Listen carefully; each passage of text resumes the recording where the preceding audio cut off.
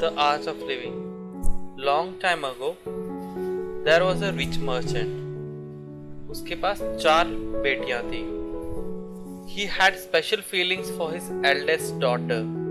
क्योंकि वो सबसे ब्यूटीफुल थी, इसकी वजह से उसे अपनी सबसे बड़ी बेटी से बहुत ज़्यादा प्यार था. वो उसे बेस्ट क्लोथ्स के अंदर रखता था और हमेशा उसे ग्रेसफुलनेस से ट्रीट करता था. He took great care of her. और उसे जो भी बेस्ट था वो दिया उसने. मर्चेंट अपनी दूसरी बेटी के लिए बहुत ही प्राउड फील करता था. उसके जो विजडम, उसकी इंटेलिजेंस की वजह से उसे अपने फ्रेंड्स को शो ऑफ करता था. उसके फ्रेंड्स भी बहुत अप्रिशिएट करते थे उसके इंटेलिजेंस की वजह से. उसकी बेटी की इंटेलिजेंस की वजह से उसको बहुत ही अप्रिशिएशन मिलती थी. वो हमेशा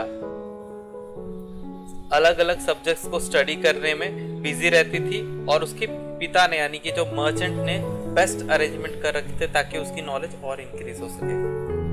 जो थर्ड डॉटर थी वो भी मर्चेंट को बहुत प्यारी थी क्योंकि वो एक कंसिडरेट पर्सन थी. उसके पास बहुत सारा पेशेंस, परसिवरेंस बहुत सारा था. इसके वजह से मर्चेंट को सबसे ज़्यादा कॉन्फिडेंस अपनी तीसरी बेटी में था. जब भी उसको कोई प्रॉब्लम होता था वो हमेशा अपनी तीसरी बेटी के पास जाता और उससे कुछ सॉल्यूशन के लिए अपील करता जिससे उसे वो सॉल्यूशन देती. पर मर्चेंट की जो चौथी डॉटर थी यानी बेटी थी वो बहुत ही शांत, बहुत ही क्वाइट, काम रहती थी. पर वो लॉयल थी अपने पिता को यानी कि हमेशा अपने पिता की बात मानती थी. पर जो मर्चेंट था वो कभी भी कोई अटेंशन नहीं देता था उसकी तरफ और सबसे कम उसकी केयर करता था. वो बहुत सारे सैक्रिफाइसेस करती थी अपने पिता के बिजनेस को बढ़ाने के लिए और उसके पिता को भी बहुत सारा ध्यान रखती थी. बट उसके पिता जो थे, जो मर्चेंट था, वो उसे हमेशा निग्लेक्ट करता था यानी कि हमेशा उसे नज़रअंदाज कर देता था. पर उसे कोई इससे दिक्कत नहीं थी. वो हमेशा अपनी सिंसियरिटी उसके तरफ दिखाती और हमेशा उसके लॉयल रहती थी. टाइम ऐसे ही बहुत ही हंसी खुशी से चलता गया और बेटियां धीरे धीरे बड़ी होती गई. जैसे जैसे समय बीता वैसे वैसे मर्चेंट क्या हुआ, वो बूढ़ा हो गया और एक दिन वो बीमार पड़ गया. उसको बहुत सारे अरेंजमेंट किए गए उसके ट्रीटमेंट के लिए पर वो ठीक ना हो सका. तो उसे समझ में आ गया कि अब मेरा लग रहा है अंतिम वक्त आ गया है. वो बहुत ही सैड हो गया. अब उसे ये पता था कि मैं जल्द ही मरने वाला हूँ और उसे अपने डेथ को लेके बहुत ही ज़्यादा टेंशन होने लगी कि वो कितना अकेला है. अब उसने ये सोचा कि मैं अपने मौत के समय पे अकेला रहूँगा तो क्यों ना अपनी बेटियों को बुला के पूछूं, कोई तो मेरे साथ रह लेगा. तो उसने अपने सबसे बड़ी बेटी को बुलाया जिसको सबसे वो ज़्यादा बेस्ट, सबसे ज़्यादा प्यार करता था. उसने हमेशा उसको बहुत ज़्यादा केयर और बहुत ज़्यादा अच्छे अच्छे ड्रेसेस उसको दिए थे और बहुत ही ज़्यादा प्यार किया था. तो उसके पास ये यकीन था कि वो उसके साथ रहेगी मौत के समय. तो उसने कंडीशन रखी अपनी बेटी के पास कि क्या वो उसके मौत के समय में उसका साथ देगी. पर बड़ी बेटी ने अपना शोल्डर ऐसे उठाया और बिना बोले चली गई. अब ये देख के मर्चेंट को बहुत ही ज़्यादा धक्का लगा.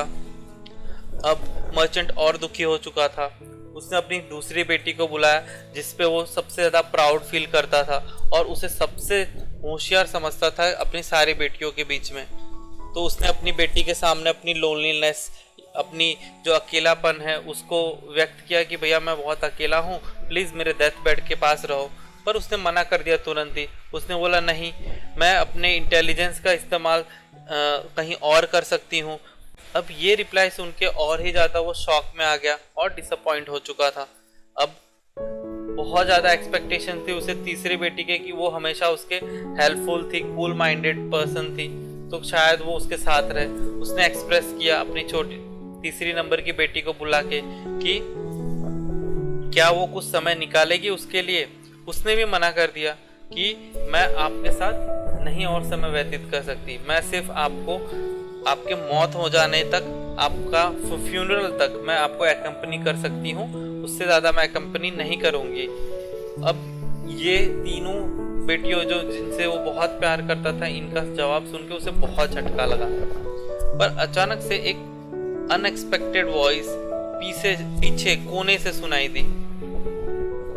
कोई अपना विलिंगनेस शो कर रहा था उसके साथ रहने का। ये कौन था? उसकी जो सबसे छोटी बेटी, चौथी नंबर की बेटी थी, जिसको मर्चेंट ने हमेशा निग्लेक्ट किया था, जिसको उसने इग्नोर किया था। वो बोल रही थी कि मैं आपके लिए समय निकालूंगी, मैं आपके साथ रहूंगी। वो अपने पिता के पास बहुत समय बाद आई थी, जिसकी वजह से मर्चेंट उस बेटी को पहचान ही ना सका। वो बेटी एकदम कमज़ोर हो चुकी थी, पर फिर भी कमज़ोर होने के बावजूद वो अपने पिता के साथ रहना और समय व्यतीत करने के लिए तैयार थी। मर्चेंट को बड़ा शर्मिंदगी महसूस हुई कि उसने उसको अपनी सबसे जो छोटी बेटी थी उसको इग्नोर किया। उसको सबसे ज़्यादा उसी के साथ समय व्यतीत करना चाहिए था। उसने माफ़ी मांगी, फिर भी जो चौथी बेटी थी उसने कुछ ना बोल के उसके साथ रहने के लिए और उसके साथ टाइम स्पेंड करने के लिए, कुछ भी करने के लिए जो उसका पिता था उसके लिए वो तैयार हो चुकी थी। अगर हम देखें अपने आसपास तो हमारे पास, सबके पास 4 बेटियां होती हैं अपनी लाइफ में। फर्स्ट बेटी है हमारी बॉडी। हम बहुत सारा समय देते हैं, बहुत सारे एफर्ट्स डालते हैं अच्छा दिखने के लिए, पर इतना सारा एफर्ट डालने का क्या मतलब जब हम दुनिया छोड़ते हैं, यानी जब वर्ल्ड को लीव करते हैं, डेथ आती है हमारी, तो उस टाइम पे हमारी जो खूबसूरती है, हमारी जो बॉडी है, वो भी हमें छोड़ जाती है। हमारे पोजीशन, स्टेटस, वेल्थ यानी पैसे, धन दौलत, ये हमारे सेकंड ऑर्डर है। सेकंड ऑर्डर की तरह है। तो ये जो धन दौलत है, स्टेटस है, ये भी जब हम मर जाते हैं तो ये भी हमें छोड़ जाती है। जो तीसरी बेटी जो थी मर्चेंट की, वो हमारे किस तरह है? हमारी फैमिली फ्रेंड्स की तरह है कि वो हम जब तक जिंदा रहते हैं तब तक वो हमें कंसल्ट देते हैं, हमें सॉल्यूशंस देते हैं, पर जैसे ही हम मर जाते हैं उसके बाद वो लोग भी वहाँ तक ही आते हैं, सिर्फ फ्यूनरल तक, और उसके बाद वो भी हमारा साथ छोड़ देते हैं।